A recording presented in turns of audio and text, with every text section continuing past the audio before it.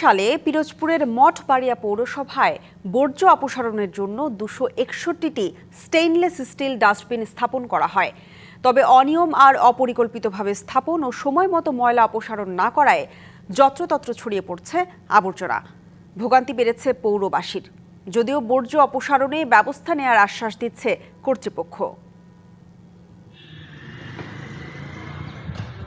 লক্ষাধিক মানুষের বসবাস পিরোজপুরের মঠবাড়িয়া পৌরসভায়। 1993 সালে প্রতিষ্ঠার পর থেকে পৌর শহরে বর্জ্য অপসারণের সুব্যবস্থা না থাকায় প্রতিদিন ময়লা আবর্জনা ফেলা হতো প্রবাহমান খাল কিংবা যত্রতত্র।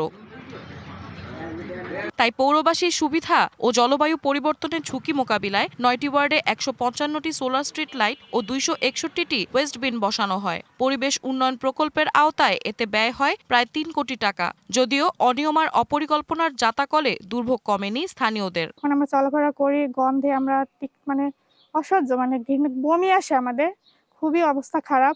পৌরসভা কর্তৃক ময়লা নেয় না বিধায় মানুষ ডাস্টবিন খালে হালাইতে বাধ্য। অপরিকল্পিত একটা প্রকল্প, এই প্রকল্প দিয়ে জনগণের কষ্ট ছাড়া কোনো উপকার আসে না। অ্যান্টি স্লিপারি টেকনোলজি ও সফট টেক্সচার দেয় নরম ঘাসের স্পর্শ, সাপোর্ট গ্রাস ম্যাট, নান্দনিকতার ছোঁয়া।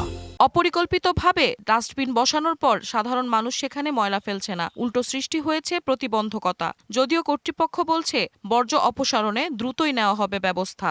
কিছু কিছু জায়গায় আমাদের যেসব জায়গায় ডাস্টবিনগুলো বসানোর পরে যে ডাস্টবিনগুলোতে ময়লা অনেকে হয়তো ফেলতেছে না, বা অনেক জায়গায় মানুষ প্রতিবন্ধকতা তৈরি করে রাখছে যে সেগুলো ফেলতে দেয় না, সেগুলোকে আমরা যাচাই করে আমরা যে জায়গায় প্রয়োজন আছে আমরা ওইখানে নিয়ে বসাবো।